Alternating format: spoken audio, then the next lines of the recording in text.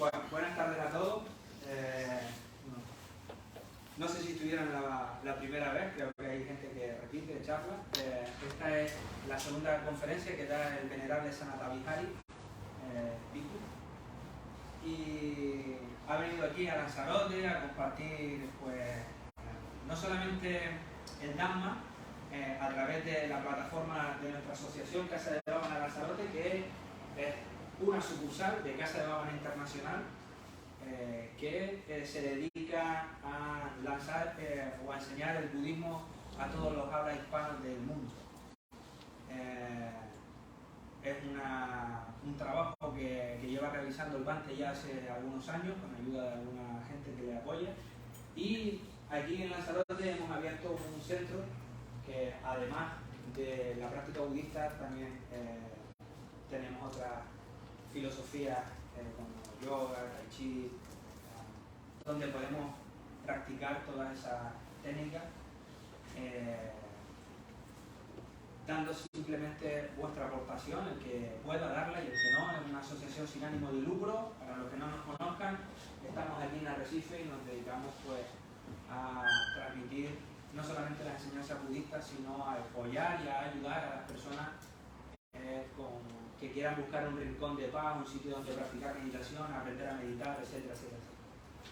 Pero hoy la charla que nos viene aquí, que le he pedido al Bhante que hable de él, porque aparte de ser budista, también es diplomado en psicología y tiene estudios y trabaja en la universidad ahí en California como ayudante, ¿no? Asistente de investigación. Sí, ayudante en la investigación sobre la práctica de la meditación y el impacto que tiene a nivel fisiológico la práctica de la meditación.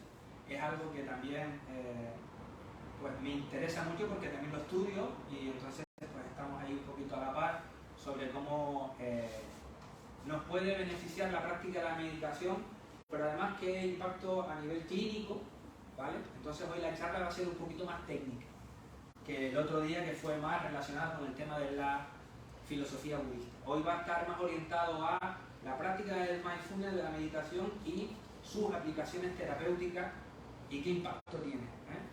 Los estudios que traen de California y cómo trabajan ellos allí. Hola, ¿qué tal? Sin más, le voy a dar paso al venerable para que nos vaya instruyendo sobre la práctica de su charla. Gracias. Entonces voy a compartir un poco más de mí para que sepan un poco más de mí. Soy el venerable Sanata Vihari. Soy un bhikkhu, un mendicante de la tradición Theravada. Vengo del centro South Chandler Buddhist Center en Los Ángeles, California, que es un centro budista Theravada dentro de la tradición de Sri Lanka, que antes se llamaba Ceylon. Si no conocen, es una isla al sur de la India. Bueno, además de ser un bhikkhu, también hace una semana terminar mis estudios de maestría en consejería de psicología, y cuando estaba en este programa también era un asistente de investigaciones de estudios de mindfulness, no de intervenciones clínicas de mindfulness ahí, pero más de aplicando mindfulness a los estudiantes que se encuentran en la universidad, ¿verdad? Entonces diseñamos un curso, varios cursos. Un curso dirigido a los psicoterapeutas, un curso de un fin de semana, pueden tomar y pueden utilizar en su práctica de psicoterapia. También otro curso completo que está abierto a todos los estudiantes de todo un semestre, donde se aplicaba mindfulness más como en el sentido de estar consciente de todo lo que haces, ¿verdad? Entonces, mindfulness en arte, mindfulness en escribiendo, mindfulness, etcétera, caminando, en lo que sea, ¿verdad? Entonces esos son los estudios que sí, estudios cualitativos, ¿verdad? Así creo, sí, se dice en español. Entonces, además de eso, soy facilitador de mindfulness en MBSAT, que es una terapia basada en mindfulness para ayudar a los adolescentes, ¿verdad?, con adicciones. Además de eso, también soy facilitador de mindfulness en MRI, que es una intervención de mindfulness muy similar a los programas de 12 pasos, ¿verdad? Alcohólicos Anónimos. Entonces, son en estos campos que he estado estudiando, pero también llevo un año practicando como un psicoterapeuta, como un estudiante de psicoterapia en una clínica comunitaria de la comunidad con personas con niveles de trastornos muy severos, extremos, ¿verdad? Estas personas vivían en la calle o salieron de un hospital o salieron de la cárcel. Entonces, personas que por su propia parte no pueden vivir sin ayuda, ¿verdad? Entonces requieren mucho apoyo en eso. Bueno, la charla de hoy, en realidad, no vamos a hablar casi nada de budismo. Que ojalá eso fue muy claro, ¿verdad? Con la promoción que estamos haciendo. Vamos a hablar más de mindfulness, ¿verdad? La atención plena, esta práctica como una intervención clínica, ¿verdad? Entonces no vamos a estar hablando de mindfulness en general, de atención plena en general o de meditación en general. Meditación es un término como deportes, ¿verdad? Hay tantos diferentes tipos de deportes, ¿verdad?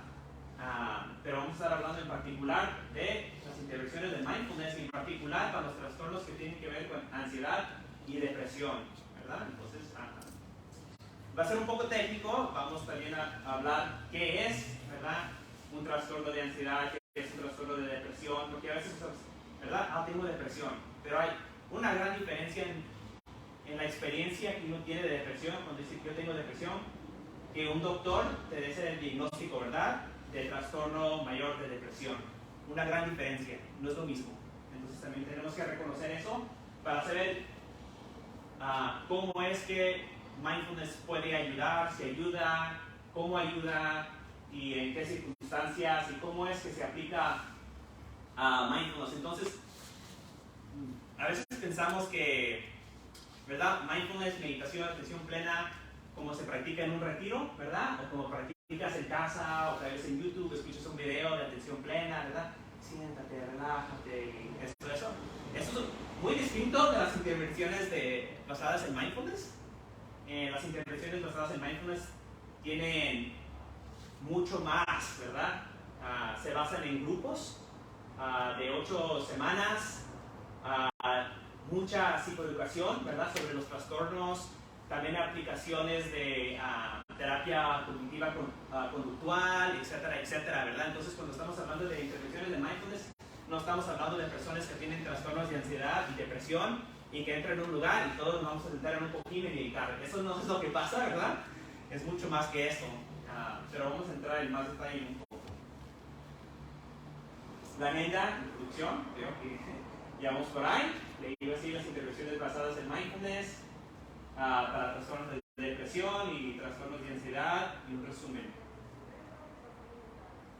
Bueno, vamos a hablar sobre la literatura, ¿verdad? No sobre mis ideas, lo que yo pienso de mindfulness tanto, ¿verdad? O lo que se publica en otros lugares, pero de artículos científicos, ¿verdad?, que han sido verificados. Entonces vamos a estar hablando de mindfulness en ese contexto, ¿verdad?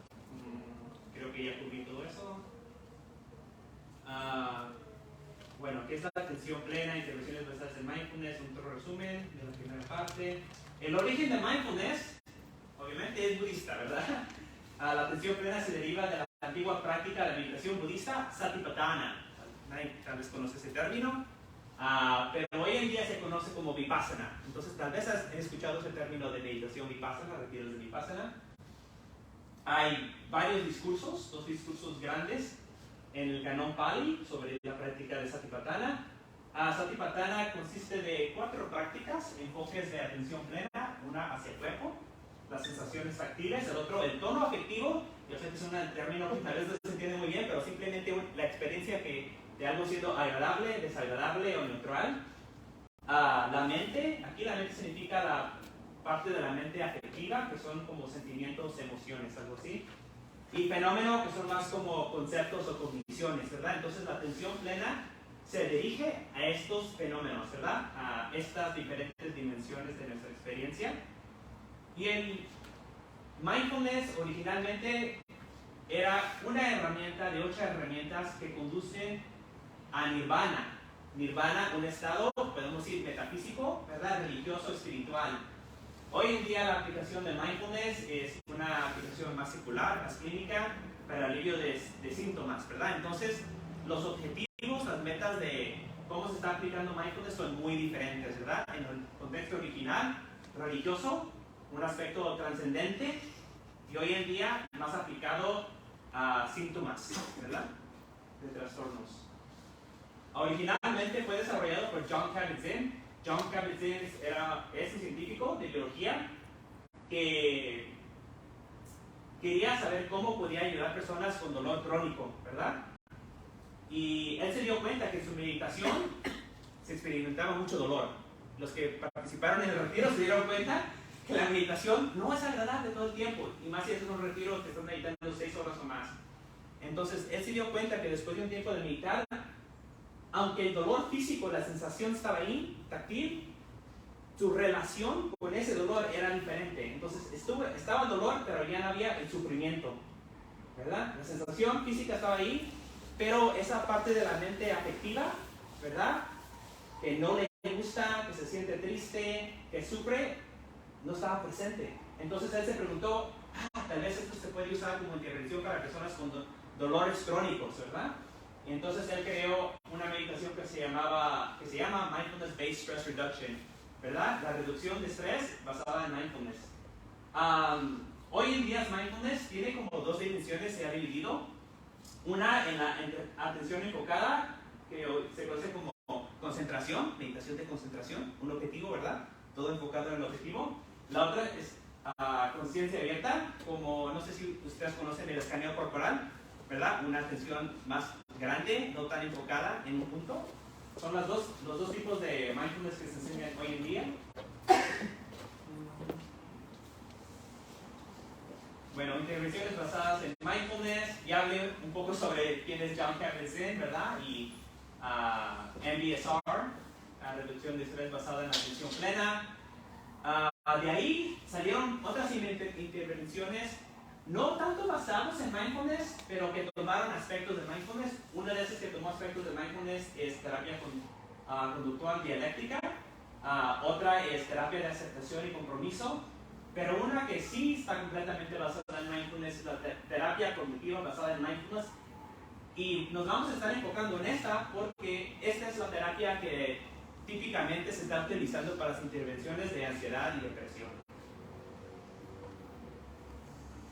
A ver, ¿cómo pueden ayudar las intervenciones basadas en mindfulness? Pues la reducción del estrés basada en la atención plena, como dije, fue diseñada para personas con dolor crónico, pero también ayuda a personas a tener una diferente perspectiva en crisis existenciales, como personas con cáncer. También ayuda a aliviar los síntomas de ansiedad, depresión y otros problemas crónicos. Y como vieron que tenía un impacto en los síntomas de ansiedad y depresión, entonces otro grupo de científicos pensaron, pues tal vez podemos agarrar lo mejor de mindfulness y adaptarlo con terapia cognitiva conductual y salir con algo nuevo, ¿verdad? Porque hasta hoy en día la psicoterapia que tiene los mejores resultados y es para depresión y ansiedad es la terapia cognitiva conductual, ¿verdad? Entonces, sabiendo esto, que tenemos esta intervención que es muy poderosa, y también sabiendo que mindfulness también ayuda con los síntomas de ansiedad y depresión, las combinaron y salió terapia cognitiva basada en mindfulness, ¿verdad? Que hoy en día se utiliza para la ansiedad, psicosis, problemas alimentarios, bipolar, etcétera, etcétera, etcétera. Tiene muchas aplicaciones. Terapia conductual dialéctica, ¿verdad? No está basada en mindfulness, pero utiliza, ¿verdad? Prácticas de mindfulness y se ha utilizado para el tratamiento de ideación suicidia, la personalidad límite, la autolesiones, la dependencia de sustancias, etcétera, etcétera. Otra terapia, como les dije anteriormente, que también toma partes de mindfulness, pero no está completamente basada en mindfulness, es la terapia de aceptación y compromiso. Es un enfoque que se usa a menudo en el tratamiento de la ansiedad, la depresión, la dependencia de sustancias, del dolor crónico, psicosis, y el cáncer, etc. Entonces van a ver que las terapias de mindfulness embarcan algo muy grande, ¿verdad? Diferentes síntomas, diferentes trastornos. Podemos ver que en todas estas terapias tienen algo que ver con la depresión y la ansiedad y esos tipos de síntomas, pero también son diferentes. Entonces, todos no se aplican de la misma manera. Típicamente cuando estamos hablando de ansiedad y depresión, como les dije anteriormente, terapia cognitiva basada en mindfulness es la que se utiliza. Bueno, ahora que sabemos el campo de intervenciones basadas en mindfulness, vamos a enfocarnos más en MBCT, que es la terapia cognitiva basada en mindfulness. Como dije anteriormente, es una combinación de reducción de estrés basada en mindfulness y terapia cognitiva conductual. Creo que ya expliqué mucho sobre esto, entonces no me voy a repetir mucho, pero les quiero decir sobre el programa, ¿verdad? ¿De qué consiste? Porque les dije, no es nomás que personas con depresión y ansiedad entran a un lugar y se ponen a meditar en un cojín y van de retiro.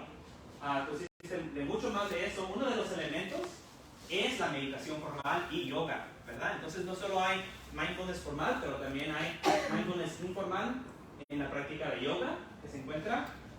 Compartir en grupo, ¿verdad? Porque hay tanta evidencia que enseña que tener un grupo de apoyo ayuda mucho con los trastornos.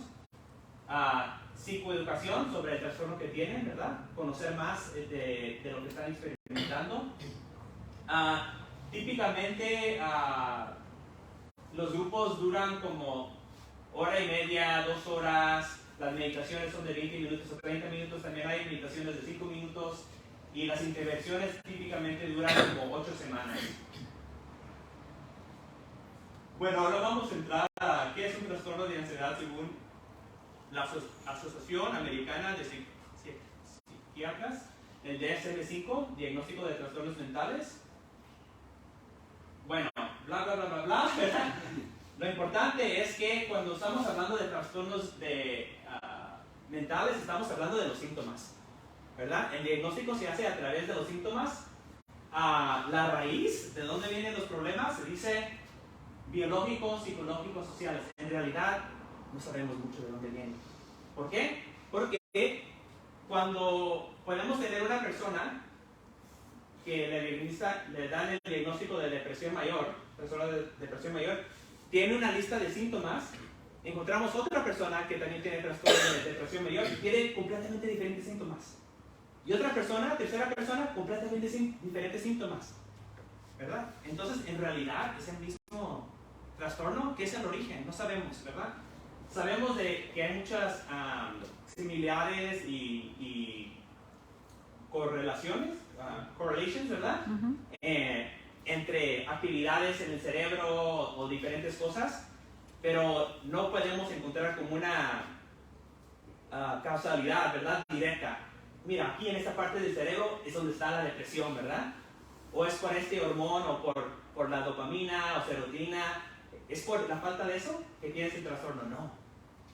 En una persona la depresión aparece de una manera y en otras personas de otra manera, ¿verdad? Entonces, lo que podemos decir es que la biología, ¿verdad? La experiencia fenomenal, la psicología y también el ambiente social, todo eso en combinación es lo que trae, causa ese trastorno, pero en realidad no podemos decir en definitivo. Muy bien. Trastorno de ansiedad, que consiste en trastornos que comparten características de medio y ansiedad excesivo y trastornos conductuales similares, mientras que el miedo es una respuesta emocional a una amenaza inminente, real y percibida, que es completamente natural. La ansiedad es la anticipación de una amenaza futura, que no puede ser basada en la realidad, tal vez sí, tal vez no, diferentes medidas y grados. A su diferencia, el miedo o la ansiedad normativas del desarrollo, aunque son excesivos o persisten más allá de los periodos apropiados para el desarrollo. También se diferencia del medio a la ansiedad transitoria, generalmente inducidos por el estrés, por ser persistente 6 meses o más, ¿verdad? Entonces, si sientes ansiedad de vez en cuando, una vez a la semana, dura una hora, completamente normal, ¿verdad? Por lo general, sobreestiman el peligro en situaciones que temen o evitan la determinación principal de si es el medio o la ansiedad es excesivo o desproporcionado. Se hace por el médico, teniendo en cuenta el contexto cultural, ¿verdad? Entonces, si una persona vive en un entorno muy peligroso y hay muchas cosas que están pasando que le pueden causar daño, obviamente la persona va a tener mucha ansiedad, ¿verdad? La ansiedad, ¿cómo se dice? Está justificada en ese entorno, ¿verdad? Entonces, a esas personas tal vez no se les da el diagnóstico de un trastorno, porque no es un trastorno, ¿verdad? Ellos están adaptando a la situación de una manera adecuada. Trastornos de ansiedad generalizada. Entonces, vamos a estar enfocando específicamente en este tipo de trastorno de ansiedad, porque cubre también pánico y todo eso, y todos los otros diferentes tipos de trastornos de ansiedad. Entonces, ¿qué es esto? Es normalmente sentirse ansioso en algunos momentos, en especial si tu vida es estresante. Sin embargo, la ansiedad o la preocupación excesiva y continua que son difíciles de controlar y interfieren en las actividades diarias pueden ser signos de un trastorno de ansiedad. Pueden, clave, ¿verdad? Es posible padecer si un TAG en la niñez o en la edad adulta. El TAG tiene síntomas similares a los otros trastornos de pánico, el trastorno obsesivo compulsivo y otros tipos de ansiedad, pero todas son enfermedades diferentes. Vivir con TAG puede ser un desafío de largo plazo. En muchos casos se produce junto con otros trastornos de ansiedad o emocional. En la mayoría de los casos el TAG mejora con psicoterapia y medicamentos juntos. Muy bien, síntomas varios, ¿verdad? Aquí le estaban diciendo que tal vez una persona tiene X síntomas, otra persona tiene X síntomas y a los dos se les da el diagnóstico de trastorno de ansiedad, ¿verdad? Entonces podemos ver que no es algo tan concreto, ¿verdad? ¿Qué es un trastorno de ansiedad? Se puede mirar muy diferente, expresarse muy diferente en diferentes personas.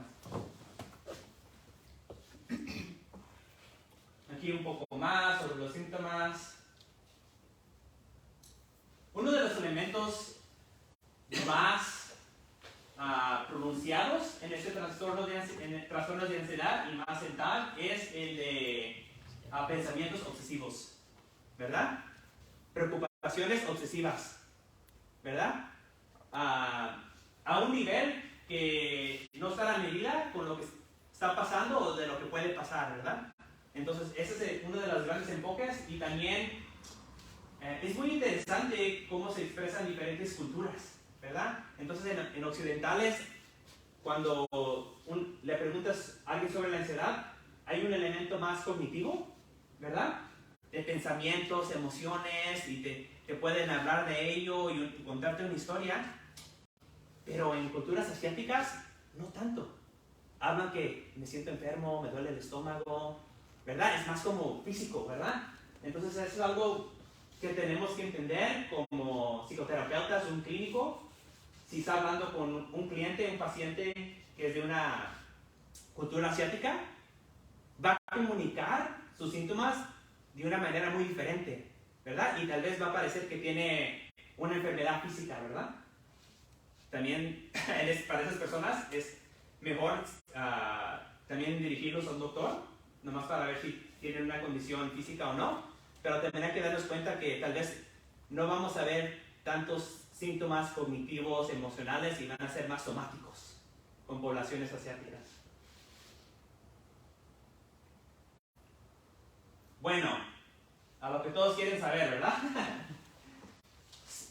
Las intervenciones de mindfulness, basadas en mindfulness, ¿sirven o no? ¿Verdad, Pante? ¿Sirven o no sirven para personas con ansiedad y en específico personas con trastorno de ansiedad general?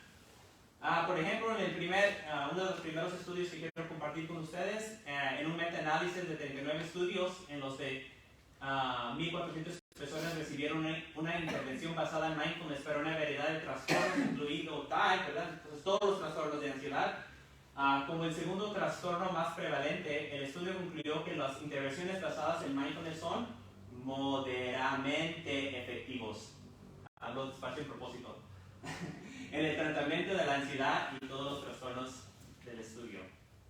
En un estudio de 2012 realizado por Sharma y colaboradores sobre Mindfulness Based Cognitive Therapy para la reducción de la ansiedad cognitiva y somática y la modificación de las cogniciones disfuncionales en las personas con trastornos de ansiedad, demostró que terapia cognitiva basada en mindfulness es eficaz en el tratamiento de los trastornos de ansiedad, incluyendo trastorno de ansiedad general, ¿verdad? Entonces que sí sirve para ese trastorno. En otro estudio sobre MBCT para efectos positivos y trastornos de ansiedad social, se incluyeron 5 participantes con TAC. Se determinó que MBCT puede ser eficaz para controlar los síntomas de ansiedad social. Entonces estamos viendo que sí ayuda con el alivio de los síntomas de ansiedad. ¿A qué nivel? Moderadamente, ¿verdad? Entonces no es mucho, pero sí trabaja. En un estudio de MBCT para personas con trastorno de ansiedad, los autores incluyeron que MBCT es eficaz en una persona con trastorno de ansiedad, otra vez lo mismo. En un estudio más reciente, que es muy interesante, la reducción de estrés basada en atención plena, que se utiliza para personas con dolor crónico, fue una opción de tratamiento bien tolerada con una eficacia comparable a un medicamento, ahí está el nombre del medicamento, de primera línea para pacientes con trastornos de ansiedad. Típicamente, los medicamentos no se utilizan para personas con trastornos de ansiedad. Típicamente se utilizan psicoterapia, una psicoterapia basada en módulo de cognitiva conductual, pero personas que tienen una ansiedad muy severa, entonces en esas ocasiones sí se usa antidepresivos para esas personas, y encontraron que una intervención de mindfulness puede dar los mismos resultados que este medicamento en particular, ¿verdad? Es lo que quiere decir ese estudio. Es muy interesante, pero hay que recordarnos que típicamente no se utiliza un medicamento para personas con ansiedad, solo si están en un nivel muy severo. Entonces, típicamente cuando una persona, como dije anteriormente, tiene un trastorno de ansiedad, psicoterapia. ¿Y qué tipo de psicoterapia? Cognitiva conductual, ¿verdad? Es muy importante reconocer eso.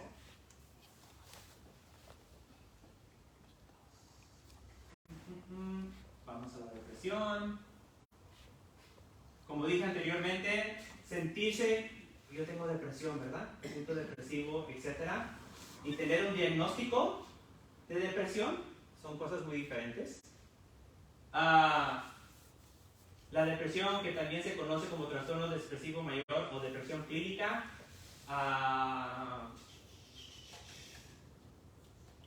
la prevención de cuadros depresivos entre la población de 15 o más años y severidad de sintomología depresiva en 2020, se espera que 5.4 de la población con algún tipo de cuadro depresivo son 2.1 millones de personas atendiendo a la severidad de sintomología. Entonces estos son los resumen de las estadísticas de aquí en España. Aquí hablo sobre la depresión, es provocada por una combinación, otra vez, lo sabemos muy bien, ¿verdad? Entonces decimos la biología, el entorno de personas que te rodean y también tu mente. Es una mente de nada más embarcar todo, decir todo, porque no sabemos en realidad qué es. Y vamos a estar hablando específicamente de depresión mayor, ¿verdad? Que es un trastorno de estado de ánimo caracterizado por tristeza persistente y otros síntomas de un episodio depresivo mayor, pero sin episodios acompañantes de manía o hipomanía, entonces sería bipolar, y episodios mixtos de síntomas depresivos o mánicos o hipománicos, también llamado depresión mayor, ¿verdad? Tipos de depresión, los síntomas causados por la depresión mayor pueden variar de persona a persona, la clave otra vez, ¿verdad? Que se pueden ver muy diferente en diferentes personas. Aquí habla de los diferentes tipos de depresión. Síntomas, ¿verdad? Varias, pero aquí también se encuentra esos pensamientos obsesivos, ¿verdad? Es muy interesante que la ansiedad y la depresión, los dos se encuentran con ese síntoma de rumiación, ¿verdad? Negativa. Bueno, ¿qué son los resultados? Mucho ahí, ¿verdad? ¿Se ve? En breve, a ver si lo hace. A ver si no se ve en la pantalla. La primera está diciendo que sí es eficaz, sí da resultados para personas con depresión, ¿verdad? No puede leer, pero lo que está diciendo es que sí da resultados buenos para el alivio de síntomas, ¿verdad? Cuando estamos hablando de si da resultados o no, estamos hablando del alivio de síntomas, ¿verdad? No la causa de la depresión. Eso no sabemos qué es la causa. Un meta-análisis del 2015 no se encontró pruebas que mindfulness-based cognitive therapy sea superior al tratamiento antidepresivo de mantenimiento para la prevención de la recaída de depresión y personas con riesgo de caída o recurrencia depresiva. Entonces esto es muy interesante porque en realidad las intervenciones basadas en mindfulness para la depresión no son mejores que medicamentos que se utilizan, antidepresivos, tampoco no son mejores que terapia cognitiva conductual, pero para una población en particular, ¿verdad? Para prevenir recaídas a depresión, muy bien. ¿Por qué? Porque las intervenciones basadas en mindfulness te dan una práctica, ¿verdad? Cuando termina la intervención de 8 semanas, tú sigues practicando las meditaciones, ¿verdad? La intervención. Entonces tiene un elemento protectivo. Y ese elemento protectivo ayuda a las personas que no caigan otra vez en otro episodio de depresión. Pero para una persona que primero llega, ¿verdad? Al doctor o al terapeuta con depresión, psicoterapia cognitiva conductual o medicamentos si el nivel es muy severo, ¿verdad? No vamos a comenzar con mindfulness, una intervención basada en mindfulness.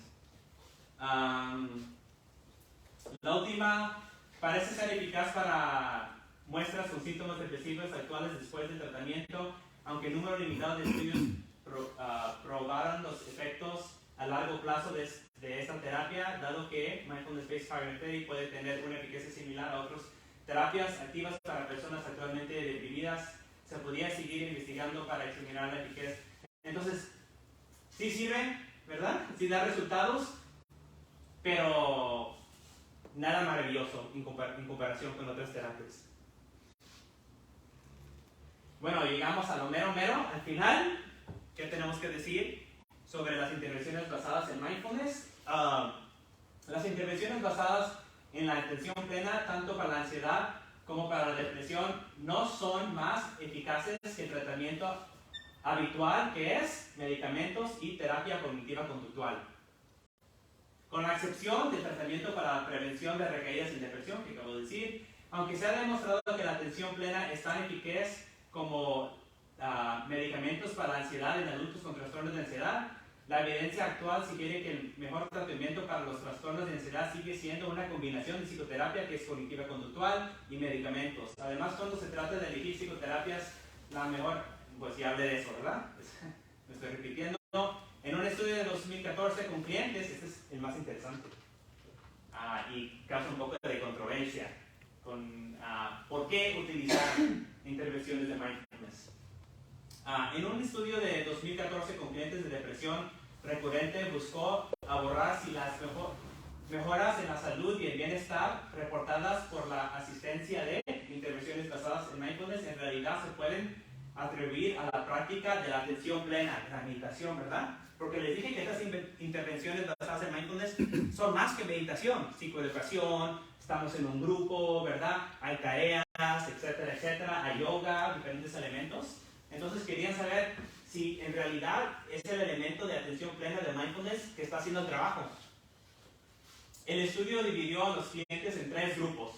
El primer grupo recibió la terapia basada en mindfulness junto con tratamiento habitual, que son psicoterapia y medicamentos. El segundo grupo recibió tratamiento habitual, que es medicamentos, psicoterapia, con educación psicológica cognitiva, que es esta intervención de mindfulness, pero sin la meditación, ¿verdad? Lo mismo, 8 semanas, psicoeducación, todo lo mismo, nomás sacaron el elemento de meditación, de mindfulness.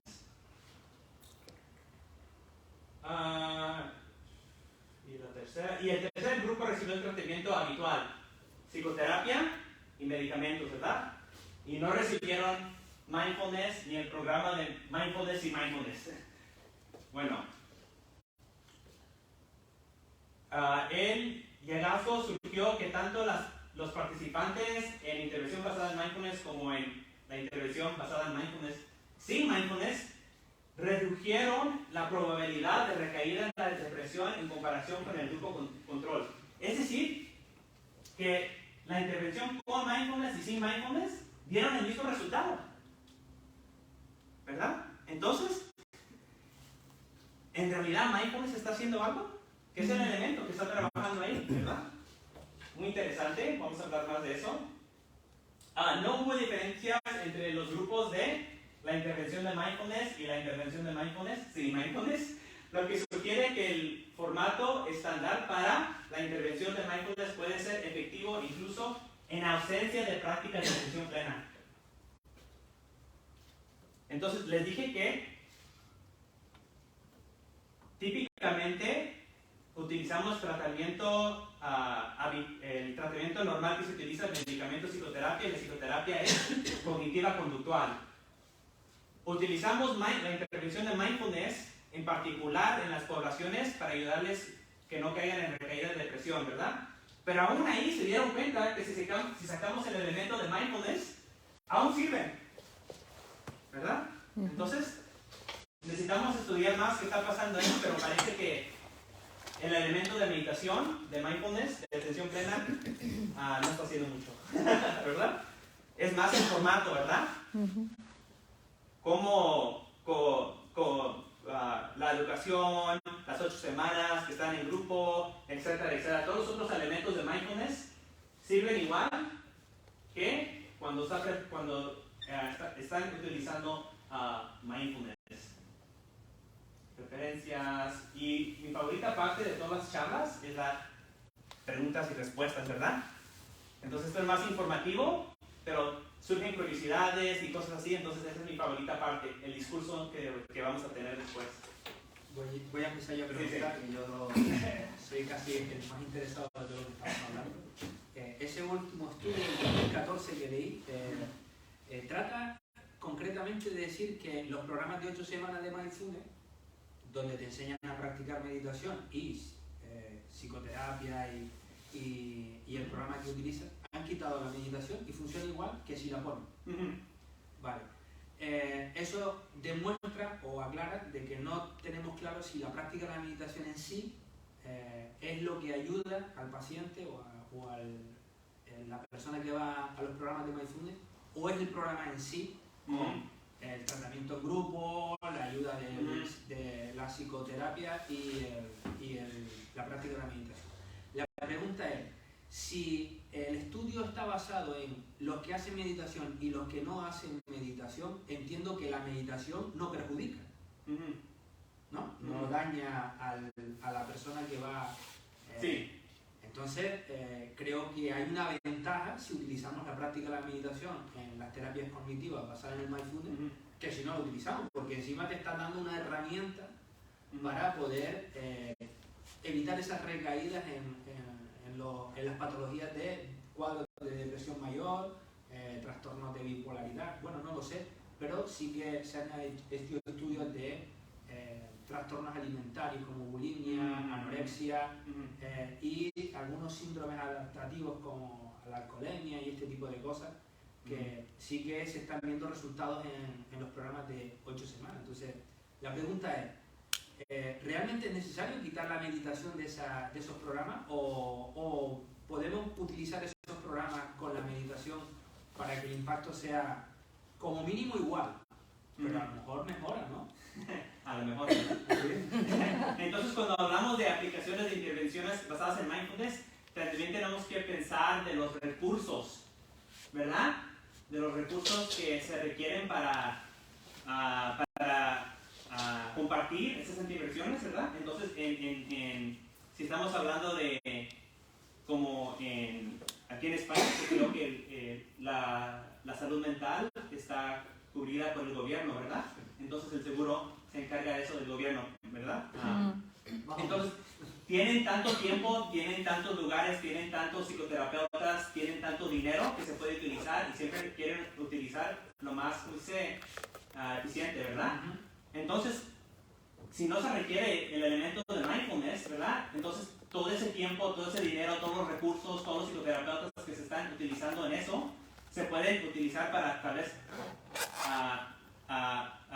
ayudar a una población más grande, ¿verdad? O en otros medios. Entonces también tenemos que ver a nivel institucional, ¿verdad? ¿Qué son las implicaciones de esto, ¿verdad? De dinero, de personas, de tiempo, etcétera, ¿verdad? Entonces, ese elemento está ahí. Tenemos que ser serios porque al fin del día, el dinero es importante, ¿verdad? Desafortunadamente. Otra cosa es que en vez tal vez las sesiones son de hora y media y 2 horas. Si sacamos mindfulness puede ser un poco más corto, que puede ser más accesible para personas que no tienen tanto tiempo, ¿verdad? Y este estudio se estaba enfocando en el elemento protectivo que para las personas caer en recaídas de depresión, ¿verdad? También en ese contexto, aunque las personas no están practicando meditación, están tan protegidos que las personas que están practicando mindfulness, ¿verdad? Entonces el mismo resultado. Entonces no indica que mindfulness está yendo, tal vez sí puede, es algo abierto, ¿verdad? Pero ahorita dice que no, entonces ¿por qué hacerlo? ¿Porque a mí me gusta mindfulness? ¿Verdad? Entonces es una perspectiva subjetiva y no basada en la evidencia, ¿verdad? Entonces no duele, pero tampoco no ayuda, entonces ¿por qué utilizarlo, verdad? Si quedamos ahí, entonces si hacemos más estudios, tal vez dice, mira, ¿sabes qué? Tal vez agrega otro elemento que no estaba incluido en este estudio, ¿verdad? Y tal vez por eso lo debemos utilizar, ¿verdad? Porque hay otro elemento, tal vez no ayuda directamente con la ansiedad, pero vemos que ayuda en general para el bienestar, ¿verdad? Y tal vez por esa razón la podemos utilizar. Pero eso no significa que paramos de utilizar mindfulness, porque ha enseñado que sí. En todos los estudios para depresión y ansiedad que sí sirve, ¿verdad? Sí sirve, pero tal vez no es el elemento de meditación, ¿verdad? Entonces, todos los estudios siempre dicen, tenemos que investigar más, ¿verdad? Es la cosa de la ciencia, nunca llega a una cosa de disciplina 100%, ¿verdad? Siempre está abierto a nuevos experimentos, ¿verdad?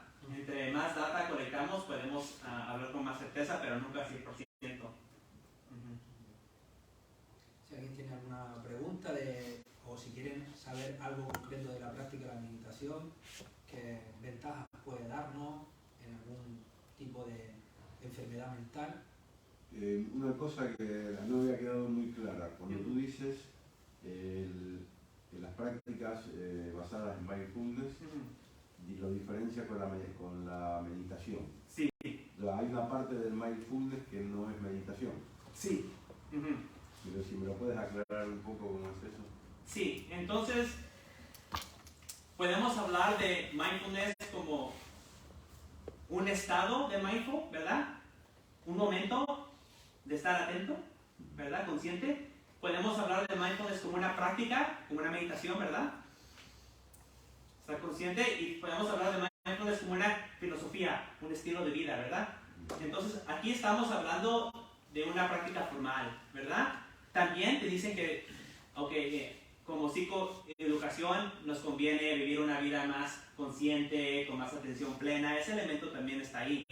Pero esos elementos en la última investigación fueron todo lo que tiene que ver con mindfulness para afuera, ¿verdad? Y dejaron todos los otros elementos ahí y se dieron cuenta que dan los mismos resultados, ¿verdad? Entonces eso es lo interesante de ese estudio, pero aquí nos estamos enfocando más en como las prácticas formales de mindfulness y un poco en la psicoeducación, pero ese elemento también fue eliminado. Yo tengo una pregunta un poquito más práctica.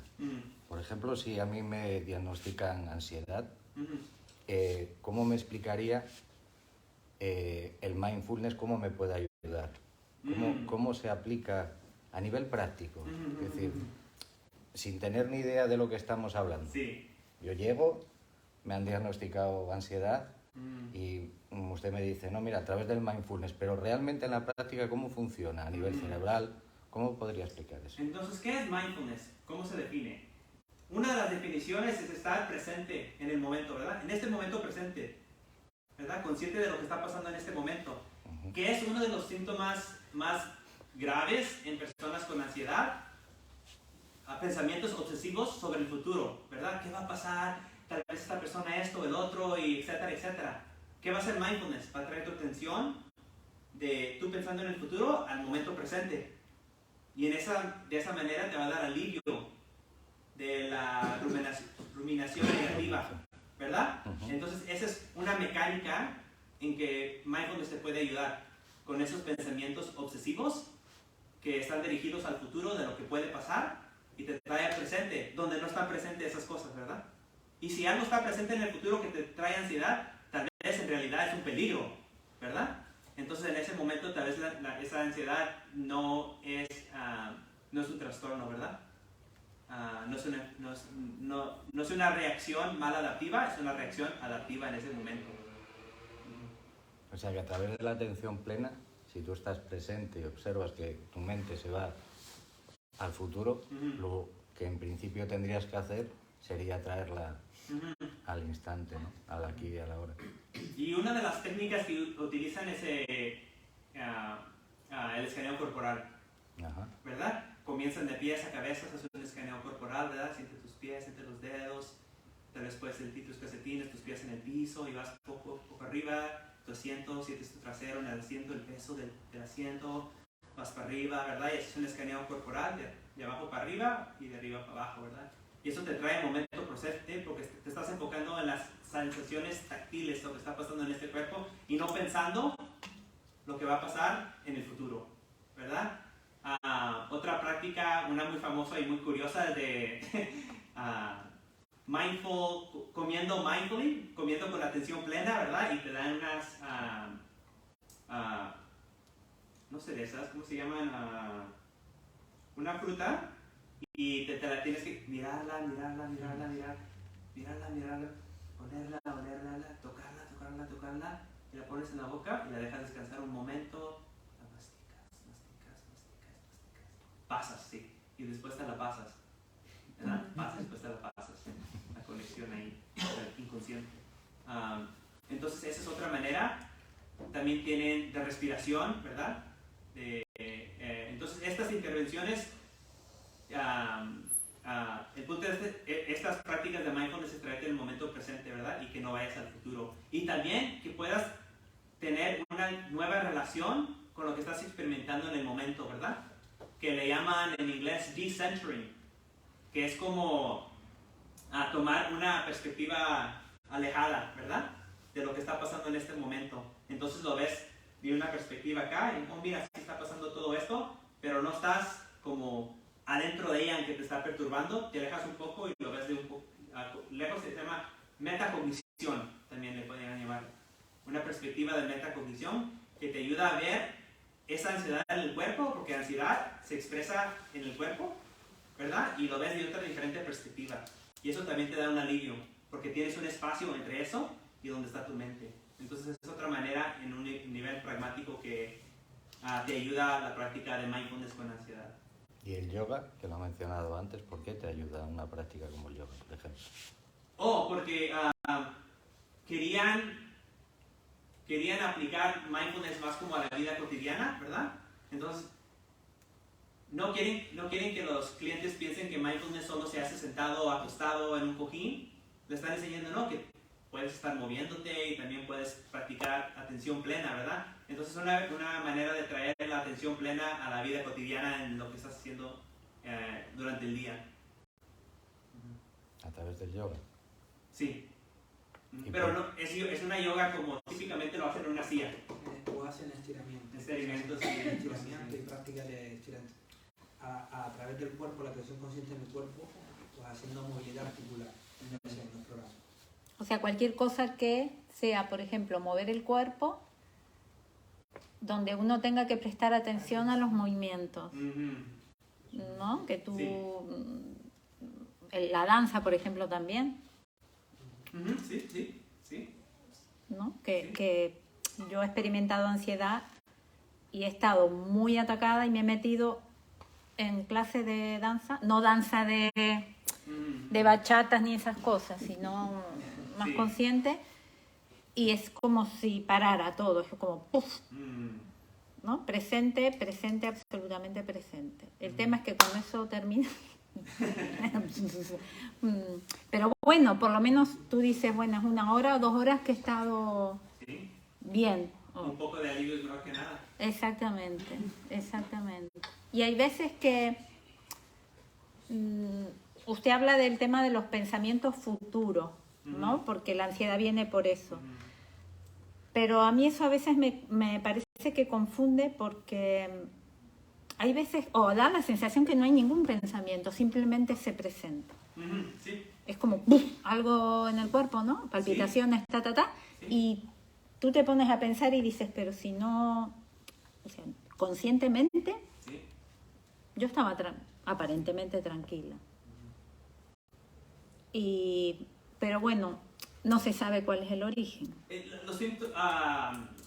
Los pensamientos obsesivos sobre el futuro es solo uno de los síntomas, ¿verdad? Entonces hay varios.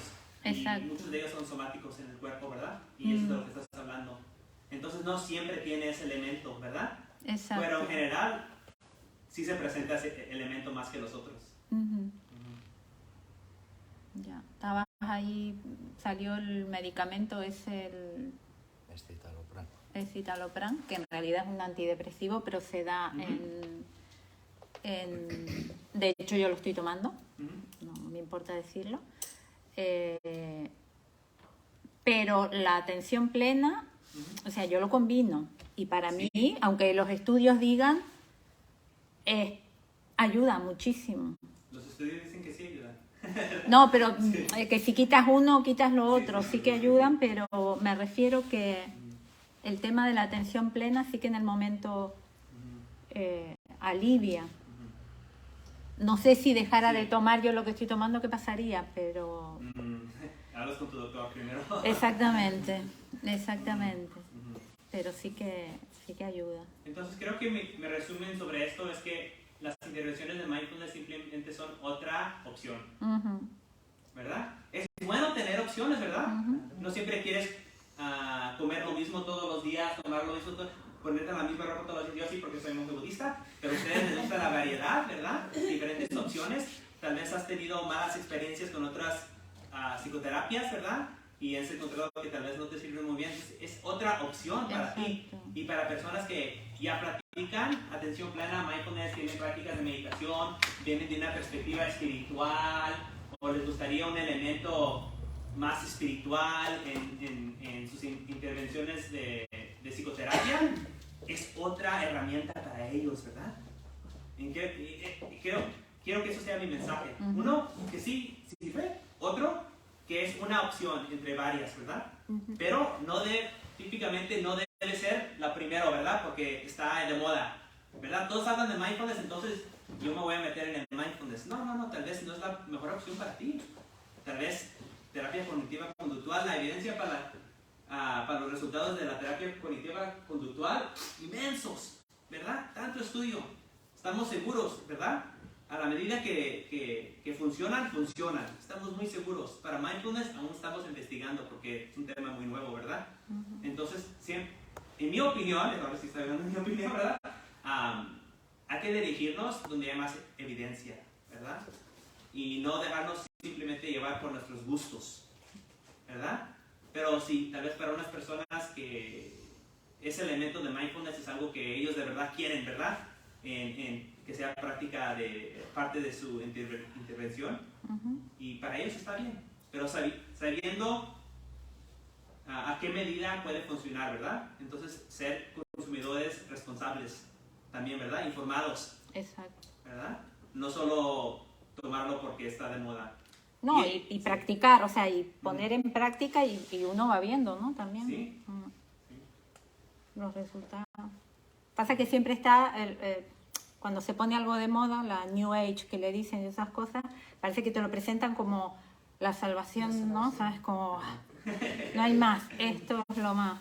mindfulness va a curar todo, ¿verdad? Exacto, exacto, todo, te Atención cura plena, todo. Un retiro de fin de semana y Sales- vas a estar como Timón en Pumba, ¿verdad? Sí, Una sí, patada. sí, sí. No. Te lo digo porque Sí, sí, sí. me ha pasado, así que ya, o sea, olvídate del sufrimiento, o sea, te vas a ir, vamos, divina. No. ¿Alguna pregunta más? ¿Alguien tiene algo más interesante? ¿Algún interés? Sí, ¿tú qué opinas del mindfulness? Yo creo que mi opinión, cuando agarras algo y lo quitas de su contexto o su elemento natural, va a cambiar los resultados, ¿verdad? De eso. Entonces, mindfulness, la atención plena, se encontraba en un contexto, ¿verdad? Un contexto histórico, cultural, religioso, etc.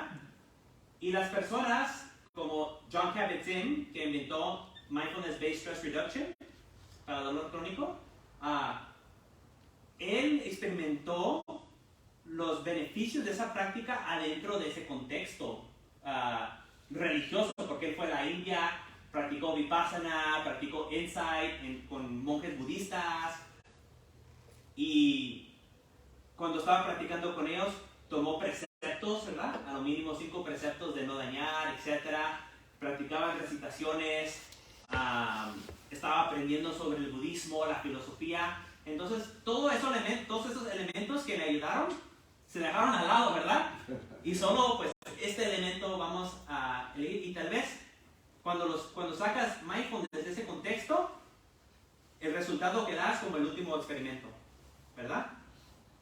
Tal vez si se comparte mindfulness en un aspecto, en un contexto más grande, en un contexto en que también se comparte elementos filosóficos, existenciales, elementos religiosos, culturales, tal vez mindfulness va a ayudar más, ¿verdad? Pero creo que es problemático sacar algo de su contexto, ¿verdad? Aquí, ¿verdad? Voy a hablar de algo muy diferente, sí, y que no tiene mucho que ver con esto, pero creo que ayuda a entender mi posición sobre como de hijo de padres mexicanos, ¿verdad? En los Estados Unidos veo como muchas cosas mexicanas, ¿verdad? Son apropiadas por los norteamericanos y lo sacan de su contexto, ¿verdad? Y ahora tiene un diferente resultado y se utiliza para diferentes cosas que los mexicanos nunca pensaron que se iban a utilizar, ¿verdad? Típicamente cosas comerciales, ¿verdad? Y después las personas que practican eso como que les falta algo, ¿verdad? Sí aprendieron, no sé, hacer mole poblano o practicar charrería o, ¿verdad? No sé, etcétera. Esas cosas tradiciones mexicanas, pero algo les falta. Porque dejaron toda la cultura mexicana atrás, ¿verdad? Entonces creo que es algo así con la práctica de mindfulness.